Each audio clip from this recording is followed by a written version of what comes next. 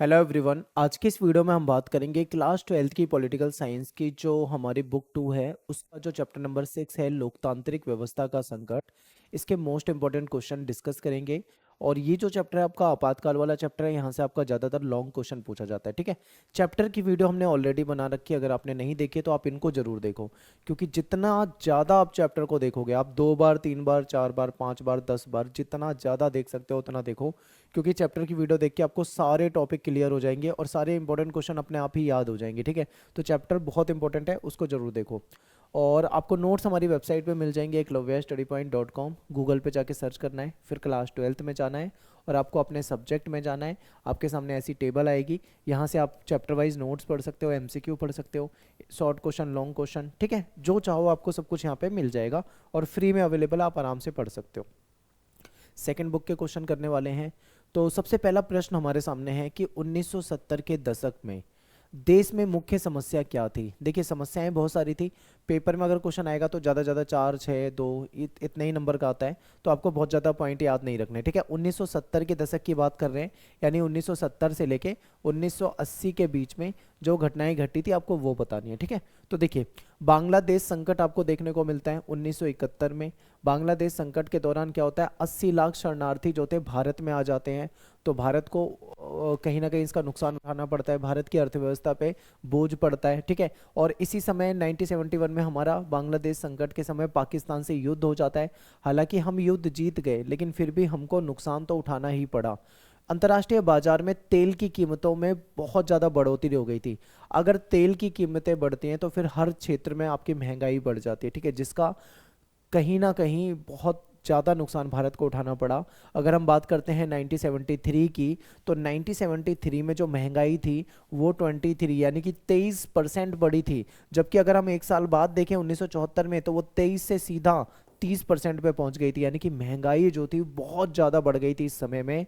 ठीक है, इसी समय देश में स्टूडेंट्स का आंदोलन होने लगा था सरकार के खिलाफ, तो ये भी आपको याद रखना है। फिर मॉनसून की असफलता देखने को मिलती है, जिसके कारण खाद्यान्न संकट हो जाता है। ठीक है, अनाज की कमी हो जाती है। तो ये सारी समस्याएं देखने को मिलती हैं। तो आप इनमें से कोई भी पॉइंट जो आपको सही लगे, आप पेपर में लिख के एक्सप्लेन कर सकते हो अगर आपके एग्जाम में क्वेश्चन आता है। और एक चीज़ ध्यान रखना, एग्जाम में क्वेश्चन जितने मार्क्स का आ रहा है ना, उतने ही पॉइंट लिखने हैं आपको, उसके अकॉर्डिंग आंसर करना है। अगर 2 नंबर में पूछ रहा है तो 2 ही पॉइंट लिखने हैं, ज़्यादा बड़ा आंसर नहीं लिखना है। ठीक है, अगला क्वेश्चन, गुजरात के जो स्टूडेंट आंदोलन था, ठीक है, छात्र आंदोलन था, उस पे उसके बारे में आपको चर्चा करनी है।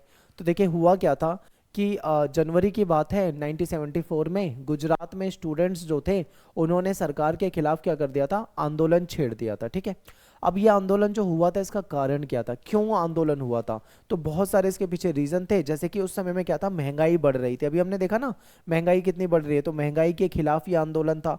और जो आवश्यक वस्तु होती है उसकी कमी होने लगी थी। ठीक है, और सरकारी तंत्र में बहुत ज़्यादा भ्रष्टाचार था, करप्शन बहुत ज़्यादा था। तो इसलिए स्टूडेंट ने क्या करा, आंदोलन कर दिया। अब जब स्टूडेंट ने आंदोलन कर दिया, तो जो बाकी राजनीतिक पार्टियां थी वो भी क्या हुई, आंदोलन में शामिल हो गई। ठीक है, आंदोलन में दूसरी पार्टियां भी शामिल हो गई थी इस समय में, तो कहीं ना कहीं इनको अन्य पार्टियों का भी सपोर्ट मिल रहा था। तो ये गुजरात का आंदोलन है। ठीक है, फिर मोरारजी देसाई जो थे वो सरकार के बिल्कुल खिलाफ बैठ गए थे, धरने प्रदर्शन पे बैठ गए थे। अलग से यहाँ पे विधानसभा के चुनाव कराने की मांग होने लगी थी, चुनाव भी कराए गए। ठीक है, तो उसके नतीजे बिल्कुल उलटफेर थे। तो इतना आपको बताना है पेपर में, शॉर्ट में बताना है। ठीक है, बहुत डिटेल में नहीं जाना है। अब जैसे ही ये आंदोलन यहाँ पे होते हैं, थोड़े समय के बाद आंदोलन स्टूडेंट का शुरू हो जाता है बिहार में। तो क्वेश्चन पेपर में ये भी आ सकता है आपके कि बिहार के आंदोलन के बारे में चर्चा कीजिए। तो देखिए, मार्च 1974 में यानी 1974 में बिहार में भी स्टूडेंट क्या कर देते हैं, आंदोलन कर देते हैं। आंदोलन का कारण क्या था, यही कारण थे कि यहाँ पे भी महंगाई बढ़ रही थी, यहाँ पे भी भ्रष्टाचार था, बेरोजगारी थी, खाद्यान्न का अभाव था, खाने पीने की चीज़ों की जो दाम थे वो बहुत ज़्यादा बढ़ गए थे। तो स्टूडेंट ने यहाँ पे भी आंदोलन कर दिया। और जब स्टूडेंट ने आंदोलन करा तो दूसरी जो राजनीतिक पार्टियां थी उन्होंने भी इस आंदोलन को सपोर्ट कर दिया, यानी कि इनका समर्थन कर दिया। छात्रों ने इस बार क्या करा, जो जेपी नारायण थे, ठीक है, जयप्रकाश नारायण जो थे, इन्होंने उनको इनवाइट किया कि आप हमारे आंदोलन में आइए और इसमें शामिल हो जाइए। ठीक है, तो जो जेपी थे उन्होंने क्या करा, इनके आंदोलन को जो इनविटेशन था उसको स्वीकार कर लिया और वो इसमें शामिल हो गए। और उन्होंने शर्त रख दी कि भाई आंदोलन में हिंसा चिंता नहीं होनी चाहिए, और आंदोलन जो होगा वो केवल बिहार तक सीमित नहीं रखना अपने को, अपने आंदोलन को हमको बड़ा बनाना है, यानी कि हम पूरे देश में अपने आंदोलन को फैलाएंगे, ठीक है। तो स्टूडेंट जो थे वो तैयार हो गए, तो इस तरीके से ये आंदोलन हुआ। इंपॉर्टेंट है, याद रखना। नेक्स्ट आपका क्वेश्चन है इमरजेंसी वाला। इमरजेंसी यानी कि आपातकाल, और आपातकाल से ना आपके पेपर में जो क्वेश्चन है वो आना ही आना है, गारंटीड आना है, ठीक है।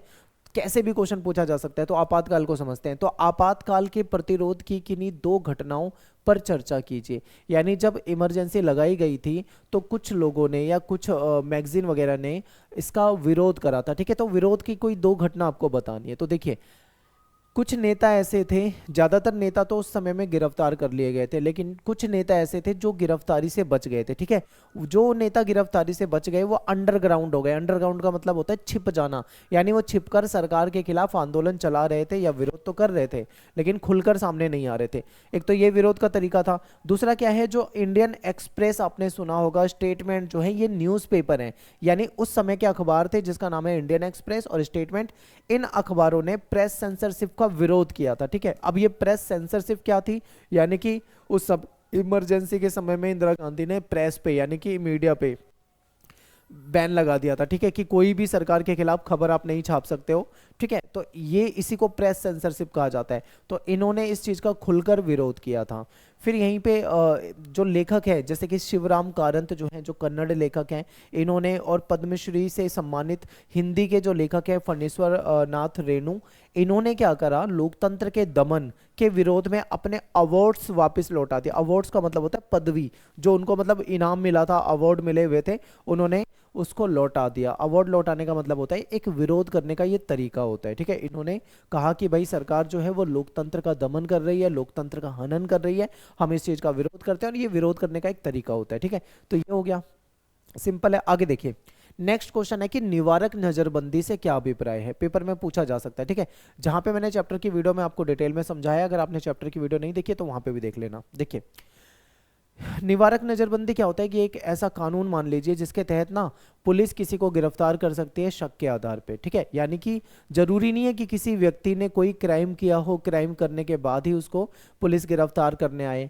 अगर पुलिस को ऐसा पता लग जाता है कि भाई कोई व्यक्ति है जो कि क्राइम करने वाला है, यानी किसी क्राइम को, किसी अपराध को अंजाम देने वाला है, वो किसी अपराध की प्लानिंग कर रहा है, ठीक है, तो पुलिस को अगर भनक लग जाए तो पुलिस उसको गिरफ्तार कर सकती है। इसी को कहा जाता है निवारक नजरबंदी, यानी कि उसने कोई अपराध नहीं किया है लेकिन अपराध कर सकता है, इसलिए उसको गिरफ्तार किया गया, ठीक है। यानी कि किसी व्यक्ति को यदि पुलिस शक के आधार पर गिरफ्तार कर ले तो इसको निवारक नजरबंदी कहा जाता है, ठीक है, चाहे उसने कोई अपराध ना किया हो। अगर पुलिस को ऐसा लगता है कि यदि कोई व्यक्ति किसी प्रकार का अपराध करने वाला है तो ऐसे में पुलिस जो होती है उसको निवारक नजरबंदी का जो कानून है उसके तहत गिरफ्तार कर सकती है, और इसमें 3 माह तक उसको जेल में रखा जा सकता है, ठीक है। अब देखो क्या होता है, जब मान लीजिए किसी को निवारक नजरबंदी के तहत गिरफ्तार मान लीजिए कर लिया पुलिस ने, तो उसको मैक्सिमम 3 महीने तक ही रख सकती है जेल में। अगर साबित हो जाता है कि भाई सच में वो प्लानिंग कर रहा था, रियलिटी में वो प्लानिंग कर रहा था और कुछ बड़ी घटना को अंजाम देने वाला था, फिर तो उसकी सजा और बढ़ेगी, फिर तो 3 महीने क्या 3 साल भी बढ़ सकती है। लेकिन अगर कोई चीज साबित ना हो तो फिर वो मैक्सिमम 3 महीने तक ही उसको जेल में रखा जा सकता है। तो ये इसके तहत प्रावधान होता है, ठीक है। निवारक नजरबंदी आपके पेपर में आ सकता है और इंपॉर्टेंट है, याद रखना है। अगले क्वेश्चन को देखते हैं। देखिए, आपातकाल यानी कि जो इमरजेंसी थी, इमरजेंसी के दौरान संविधान का जो ये 42वां संशोधन हुआ था, आपने सबने पढ़ा होगा, 1976 में हुआ था। इमरजेंसी जो है वो 1975 में लग गई थी, ठीक है, और 18 मंथ तक लगभग लगभग देश में इमरजेंसी रही। तो 1976 में इन्होंने क्या कर दिया, 42वां संशोधन कर दिया। और ये जो संशोधन है ना, इसमें बहुत सारी चीज़ों का जो प्रावधान थे वो बदले गए थे, ठीक है। लेकिन आपसे पेपर में कोई 2 प्रावधान पूछे हुए हैं कि 2 परिवर्तन बता दो कि जिसमें चेंजेस किए गए, तो देखते हैं। देखिए, 42वें संशोधन की अगर मैं बात करूं तो ये 1976 में हुआ था। उस समय देश में इमरजेंसी लगी हुई थी, हमने देखा है।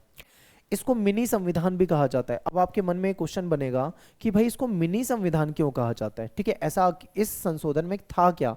तो देखिए इसको मिनी संविधान इसलिए कहा जाता है क्योंकि 42वां जो अमेंडमेंट था हमारे संविधान में, जो संशोधन था, इसके तहत बहुत सारी चीज़ों को संविधान में बदल दिया गया था। ठीक है, बहुत सारी चीज़ों को बदला गया था, तो इसीलिए इतने बड़े बदलाव को मिनी संविधान के रूप में हम कह सकते हैं, देख सकते हैं। ठीक है, ये तो सिंपल। आगे समझते हैं कि क्या क्या बदला। यही पूछा हुआ है ना आपसे कि क्या परिवर्तन करे, कोई दो परिवर्तन बताने हैं, लेकिन हम यहाँ पे दो से ज्यादा परिवर्तन देखेंगे। पेपर में अगर क्वेश्चन आता है तो आप अपने हिसाब से जो आपको सही लगे आप लिख सकते हो। ठीक है, तो देखिए संविधान की जो प्रस्तावना है उसमें चेंज कर दिया गया। आपने संविधान की प्रस्तावना पढ़ी होगी आपकी एनसीईआरटी की किताबों में, जो आगे वाला पेज होता है, ठीक है, स्टार्टिंग के पेज में संविधान की प्रस्तावना होती है, कभी ध्यान से पढ़ना उसको। तो उसमें प्रस्तावना में इन्होंने परिवर्तन कर दिया। जो ओरिजिनल जो प्रस्तावना थी वहां पे आपको ये शब्द नहीं मिलेंगे, समाजवादी, धर्मनिरपेक्ष। ठीक है, वहां पे आपको ये सोशलिस्ट और सेक्युलर वर्ड नहीं मिलते हैं, लेकिन इन्होंने इसको जोड़ा।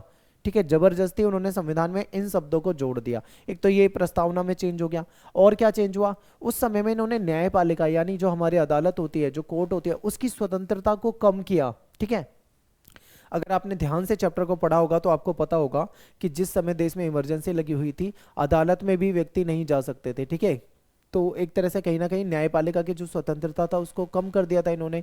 तो ये भी आप बता सकते हो कि ये परिवर्तन करा। दो परिवर्तन तो यहीं पे हो गए, लेकिन हम थोड़े से और पढ़ते हैं। अब देखो हमारे संविधान का जो पार्ट 4 है यानी भाग 4 है, उसमें इन्होंने अनुच्छेद 51A जोड़ा। उसमें इन्होंने 10 मौलिक कर्तव्य जोड़ दिए थे। ठीक है, हालांकि मौलिक कर्तव्य 11 है, एक कर्तव्य बाद में जोड़ा गया है, लेकिन हम बात कर रहे हैं 1976 की।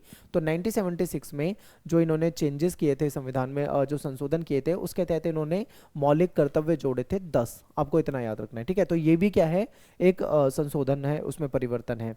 फिर विधायिका का कार्यकाल 5 साल का होता था, अभी भी 5 साल का होता है, लेकिन इन्होंने उसको 5 साल से बढ़ाकर 6 साल कर दिया था। ठीक है, तो ये भी एक परिवर्तन है, आप इसे भी पेपर में लिख सकते हो।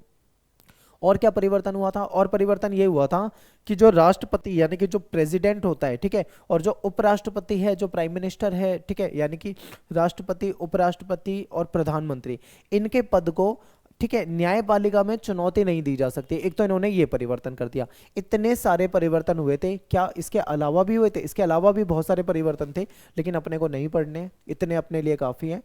ठीक है, पेपर में 2 या 4 नंबर का ही क्वेश्चन पूछा जाएगा ज्यादा से ज्यादा, तो इसलिए आपको इतने पॉइंट याद रखने हैं। आगे चलते हैं। न्यायपालिका और विधायिका के बीच में आपको संघर्ष देखने को मिला इस चैप्टर में। ठीक है, तो वो संघर्ष किस बात को लेकर हुआ था?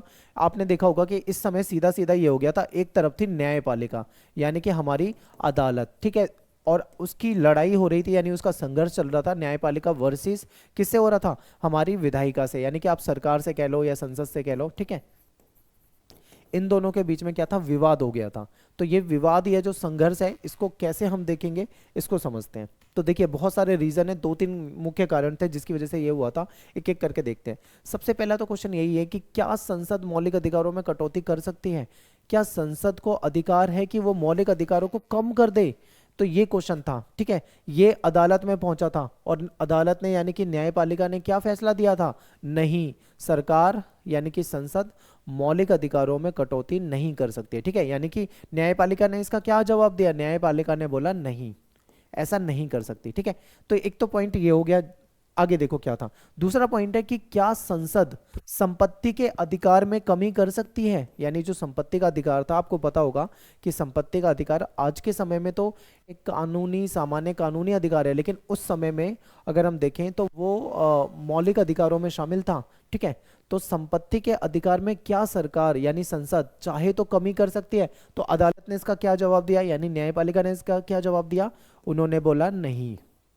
ठीक है, संसद ऐसा नहीं कर सकती। और देखो क्या था, फिर एक क्वेश्चन और बना उस समय में कि संसद ने ये कहा कि सरकार जो है वो हाँ, संसद ने क्या कहा था इन सब के मौलिक अधिकारों में कटौती को लेकर? संसद ने कहा था कि सरकार जो है, ठीक है, वो नीति निर्देशक तत्व जो है उसको लागू करवाने के लिए, यानी उसको लाने के लिए कहीं ना कहीं मौलिक अधिकारों में कमी कर सकती है। क्योंकि भाई देखो, मौलिक अधिकार जो होते हैं वो इंडिविजुअल के होते हैं, यानी कि व्यक्ति की बात करता है। मेरे मौलिक अधिकार, आपके मौलिक अधिकार, यानी इंडिविजुअल की बात कर रहे हैं।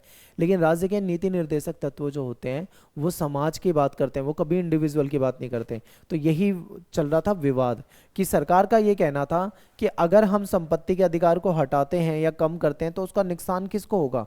उसका नुकसान होगा जमींदारों को, ठीक है, या फिर जो अमीर लोग हैं, ठीक है, इनको नुकसान होगा। और इनकी संख्या कितनी है देश में? बहुत कम है, क्योंकि जो अमीर लोग थे, जमींदार और ये सब थे, ये बहुत कम थे, गिनती में मुट्ठी भर लोग थे, आप ऐसा मान लीजिए। और गरीबों की संख्या की बात करें तो वो लाखों में थी।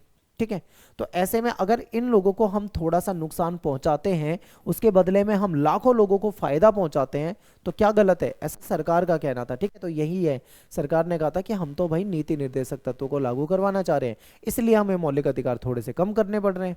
तो लेकिन न्यायपालिका ने बोला ये नहीं चलेगा। ठीक है, फिर उसके बाद केशवानंद भारती मुकदमा होता है, न्यायपालिका ने इसको निरस्त कर दिया था। फिर क्या हुआ, इसके कारण न्यायपालिका और विधायिका के बीच में खूब चला विवाद, संघर्ष चला। फिर केशवानंद भारती मुकदमा हुआ, वो फेमस मुकदमा है हमारे, आप जो भी न्यायपालिका के इतिहास में देखोगे सबसे फेमस मुकदमा माना जाता है। इसमें पता है क्या कहा न्यायपालिका ने? न्यायपालिका ने ये बोल दिया कि संविधान का एक बुनियादी ढांचा होता है, एक बेसिक स्ट्रक्चर होता है। ठीक है, और संसद चाहे तो उसमें संशोधन नहीं कर सकती। यानी कि जैसे कि हमारे संविधान में कहा गया है कि भारत एक लोकतांत्रिक देश है।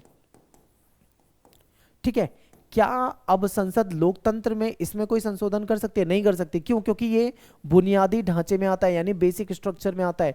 तो सीधा सीधा केशवानंद भारती मुकदमे से ये खुलकर सामने आ गया था कि सरकार जैसा चाहे वैसा संशोधन नहीं कर सकती, मनमाना संशोधन नहीं कर सकती, क्योंकि संविधान का एक बुनियादी ढांचा होता है, उसके अकॉर्डिंग ही, उसके अंदर ही चेंजेस हो सकते हैं, उस बुनियादी ढांचे को नष्ट नहीं किया जा सकता। तो ये हुआ, आगे के जो भी फैसले हुए ना वो इसके अकॉर्डिंग हुए हैं। ठीक है, तो ये हो गए रीजन कि क्यों संघर्ष हुआ था। लेकिन एक और रीजन है, ये पॉइंट भी आप पेपर में लिखना अगर आएगा तो, मुख्य न्यायाधीश वाला, यानी कि जो हमारे सीजीआई होते हैं, यानी कि चीफ जस्टिस ऑफ इंडिया होते हैं, जिसको हिंदी में हम मुख्य न्यायाधीश कहते हैं, मुख्य न्यायाधीश की जो नियुक्ति थी, इसको लेकर भी विवाद हो गया। विवाद क्यों हो गया? क्योंकि देखो हमारे देश में एक परंपरा चली आ रही थी। परंपरा क्या चली आ रही थी कि जो हमारे जो वरिष्ठ जज होते हैं ना, उसी में से किसी एक को ये सीजीआई बनाया जाता है। ठीक है, लेकिन उस समय में क्या था, 3 वरिष्ठ जज थे और तीनों को इग्नोर करा इंदिरा गांधी की सरकार ने। ठीक है, और दूसरे किसी व्यक्ति को जज बना दिया जो कि मतलब वरिष्ठ नहीं थे। तो ये विवाद का मुद्दा बन गया था। ठीक है, तो ये आपको चैप्टर में डिटेल में पढ़ाया हुआ है, आप वहां जाके देख सकते हो। तो आप इनमें से कोई भी पॉइंट अपने अकॉर्डिंग लिखो पेपर में। ठीक है, आता है तो। अगला क्वेश्चन है कि जब इमरजेंसी देश में लगा दी गई थी तो उसके तात्कालिक प्रभाव क्या हुए थे, यानी कि तुरंत उसके क्या प्रभाव देखने को मिले तात्कालिक। तो देखिए, जैसे ही देश में इमरजेंसी लगाई गई तो तात्कालिक प्रभाव उसके ये दिखे कि सबसे पहले तो जो विरोध प्रदर्शन चल रहा था, जो धरना प्रदर्शन चल रहा था, वो एकदम से रुक गया। ठीक है, क्योंकि सारे जो विपक्षी नेता थे जो इसको हवा दे रहे थे आंदोलन को, उनको तो इन्होंने जेल में डाल दिया। प्रेस पर इन्होंने क्या कर दिया, बैन लगा दिया, यानी कि प्रेस पे प्रतिबंध लगा दिया था। प्रेस अब कुछ भी नहीं छाप सकती, न्यूज़पेपर वाले कुछ भी नहीं छाप पाएंगे सरकार के खिलाफ। फिर आरएसएस जैसे संगठन जो थे, जमाते इस्लामी जैसे संगठन जो थे, इनको भी कुछ समय के लिए वहां पे बैन कर दिया गया था। प्रशासन और पुलिस का तो खूब दुरुपयोग किया गया, मौलिक अधिकारों का हनन किया गया। ठीक है, और निवारक नजरबंदी कानून के तहत हजारों लोगों को जबरदस्ती जेल में डाल दिया गया। उन्होंने कुछ ना भी किया हो लेकिन फिर भी उनको क्या किया गया, जेल में डाल दिया गया था। ठीक है, तो ये कुछ प्रभाव हुए थे जो तुरंत देखने को मिले थे। नेक्स्ट है कि आपातकाल लगाए जाने के कारण क्या थे।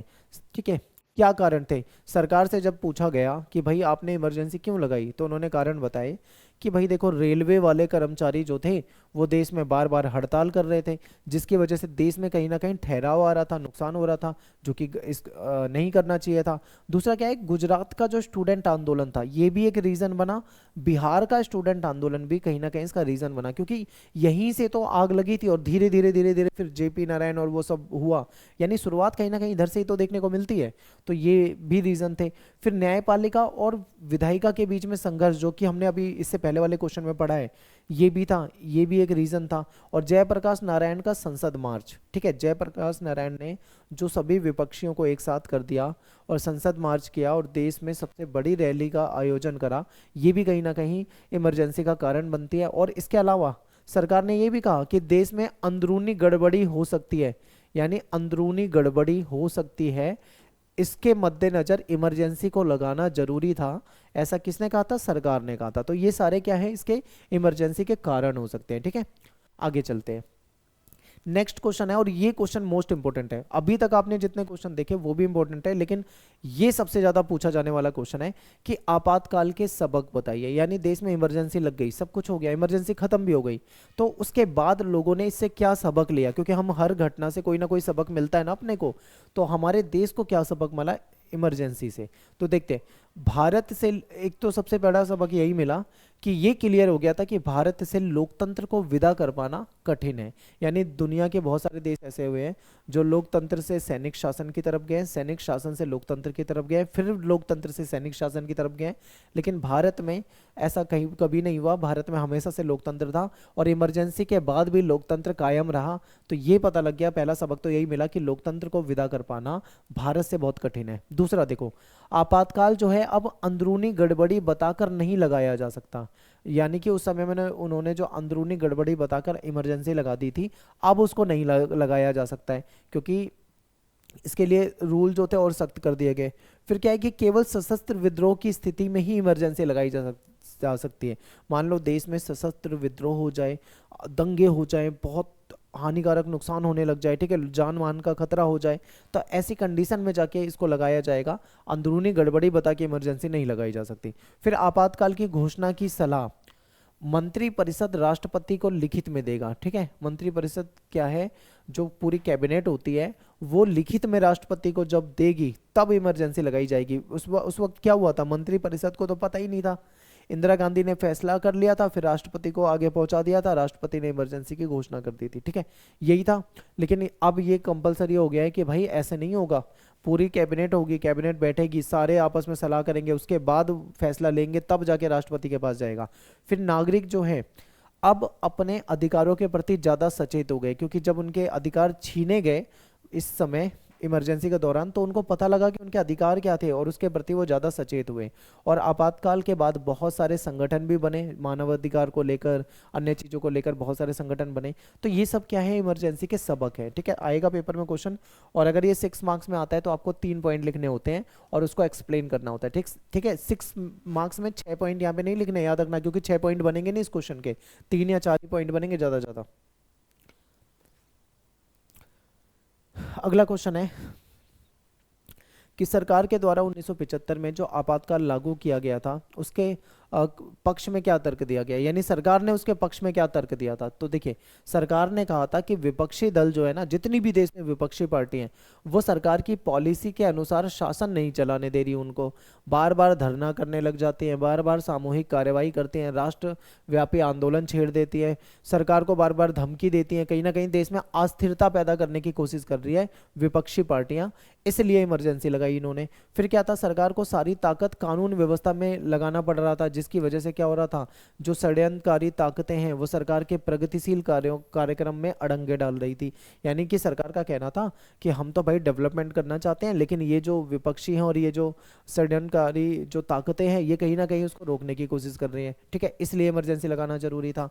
फिर विपक्षी दल, सेना, पुलिस कर्मचारी लोगों को सरकार के विरुद्ध भड़का रहे थे, यानी विपक्षी पार्टियां जो थी वो इनको भड़का रही थी, इसलिए सरकार ने राष्ट्रव्यापी आपातकाल की घोषणा की, ठीक है। ये इन्होंने इसके पक्ष में तर्क दिए, यानी सरकार का, समझो ये सरकार का नजरिया। जब सरकार से पूछा गया कि भाई आपने क्यों इमरजेंसी लगाई, तो उन्होंने ये जवाब दिए, ठीक है। सरकार के पक्ष में इस तरीके से लिखना अगर पेपर में आता है तो। अगला क्वेश्चन है कि 1980 के जो मध्य अवधि चुनाव थे उसके पीछे क्या रीजन थे, ठीक है। देखिए, आपने देखा इमरजेंसी लगी और उसके बाद 1977 में चुनाव हुए थे, उसमें क्या था, कांग्रेस हार गई थी और जनता दल की सरकार बनी थी। हमने पढ़ा था ना, मोरारजी देसाई को प्राइम मिनिस्टर बनाया गया था। तो ये 1977 में अगर सरकार बनी है तो ये कम से कम 5 साल तो चलनी चाहिए थी, ठीक है। अब 5 साल ये चली नहीं, ये तो भाई 28 महीने में गिर रही है, कभी 4 महीने बाद दोबारा गिर रही है, ये चल रहा था सब कुछ। तो अब आपके दिमाग में ये क्वेश्चन बनेगा कि भाई ऐसा क्यों हुआ, बीच में सरकार क्यों गिर गई, 5 साल चल क्यों नहीं पाई, ठीक है। यही आपसे पूछा जा रहा है कि 1980 के मध्य अवधि चुनाव क्यों कराए गए। यानी क्वेश्चन को डायरेक्ट नहीं पूछ के घुमा दिया है, घुमा के पूछा 1980। जिस बच्चे ने नहीं पढ़ा होगा ना चैप्टर, उसको तो इमरजेंसी से इसका कुछ लेना देना लगेगा ही नहीं, तो इस तरीके से क्वेश्चन आपसे पूछा जाता है। तो देखो, 1977 के जो चुनाव हुए थे उसके बाद प्रधानमंत्री पद के लिए 3 नेता आपस में लड़ गए थे, ठीक है। किनके बीच में संघर्ष था, एक तरफ बाबू जगजीवन राम थे, वो कह रहे थे मैं प्राइम मिनिस्टर बनूंगा, दूसरी तरफ मोरारजी देसाई थे वो अपने आप को प्राइम मिनिस्टर बनाना चाह रहे थे, वो किसी दूसरे को चाहते ही नहीं थे कोई प्राइम मिनिस्टर बने।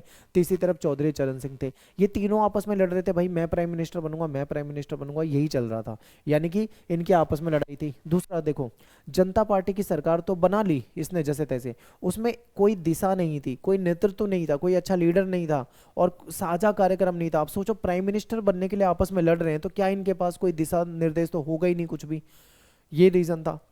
फिर जनता पार्टी की सरकार जो थी कांग्रेस के द्वारा संचालित नीतियों में कोई ज्यादा परिवर्तन नहीं कर पाई, यानी जो कांग्रेस जैसे शासन चलाती थी, जो पॉलिसी चलाती थी, लगभग लगभग वैसा ही ये शासन कर रहे थे, कुछ इनके पास नया था नहीं। जनता पार्टी की सरकार टूट गई, मोरारजी देसाई की सरकार 28 महीने में से भी कम समय में इसने अपना बहुमत खो दिया। ठीक है, अब यहाँ पे एक चीज ध्यान रखना, अगर आपके पास बिल्कुल लेटेस्ट एनसीईआरटी है, नई एनसीईआरटी है, तो वहां पे आपको मिलेगा 28 महीने। यदि आपके पास ओल्ड एनसीईआरटी है, पुरानी एनसीईआरटी है, तो आपको वहां पे मिलेगा 18 महीने।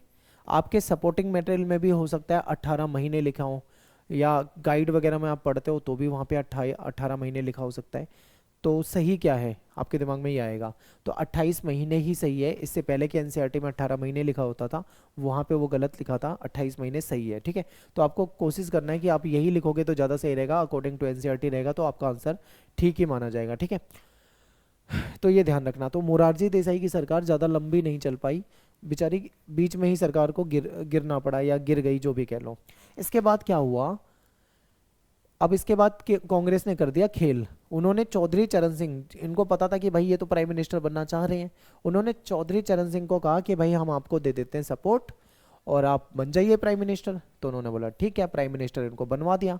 अब प्राइम मिनिस्टर बनवा दिया, उसके बाद थोड़े महीनों के बाद यानी 4 महीने के बाद कहा जाता है, इन्होंने क्या करा, अपना समर्थन जो था वो खींच लिया, यानी वापस ले लिया, जिस कारण मात्र 4 महीने में ही इनकी सरकार गिर गई। 4 से 5 महीने मुश्किल से अपनी सरकार चला पाए, फिर से गिर गई और कहीं ना कहीं वही कंडीशन आ गई दोबारा से चुनाव कराने की। तो इसीलिए 1980 में दोबारा से चुनाव करवाने पड़े। ठीक है, तो आप मुझे इसका आंसर भी बताना कि आपकी बुक में क्या लिखा है, 28 महीने लिखा है या 18 महीने लिखा है, ध्यान रखना इस चीज का, क्योंकि ओल्ड में ये था। तो हम क्या है, हम जो पढ़ाते हैं ना, हम एनसीईआरटी के अकॉर्डिंग ही पढ़ाते हैं, चाहे उसमें गलत भी लिखा होगा ना तो हम कोशिश करते हैं वैसा ही पढ़ाएं, क्योंकि अगर हम अलग डेट बताएंगे तो बच्चा फिर कमेंट करता है सर किताब में तो ये लिखा था आप तो ये बता रहे हो। तो बहुत सारे बच्चे इस तरीके से करते हैं ना, तो इसीलिए मैं आपको बता रहा हूँ, ध्यान रखना। अगर आपकी किताब में 18 लिखा होगा तो आप एक बार चेक करना, नई वाली लेटेस्ट एनसीईआरटी से मैच करना। ठीक है, तो ये हो जाएगा। तो यहाँ पे अपना ये जो खत्म हो जाता है क्वेश्चन, यही इंपॉर्टेंट क्वेश्चन बनते हैं इस चैप्टर में से। और टेलीग्राम ग्रुप जरूर ज्वाइन कर लो, क्लास 12 एएसपी न्यू ग्रुप, क्योंकि जब भी अपनी लाइव क्लास होगी, लाइव क्लास स्टार्ट करने वाला हूँ जल्दी ही, तो जब भी लाइव क्लास होगी तो उसकी सारी अपडेट आपको हमारे ग्रुप में मिलेगी। ठीक है, यहीं पे आपको सारी अपडेट मिलेगी। और मेरा नाम सत्येंद्र प्रताप है, आप मुझे इंस्टा पे फॉलो कर सकते हो, एकलव्य स्टडी पॉइंट है मेरा यूज़र नेम है। और आपको कुछ डाउट हो तो मैसेज कर दो, टाइम नहीं मिलता मुझे, वैसे टाइम मिलेगा मैं आपको रिप्लाई जरूर करूँगा। तो यहाँ पे वीडियो हमारी खत्म होती है। वीडियो पसंद आए तो उसको लाइक करो, ठीक है, कमेंट कर दो और शेयर कर दो। मिलते हैं आपसे नेक्स्ट वीडियो में। Thanks for watching. जय हिंद, जय भारत।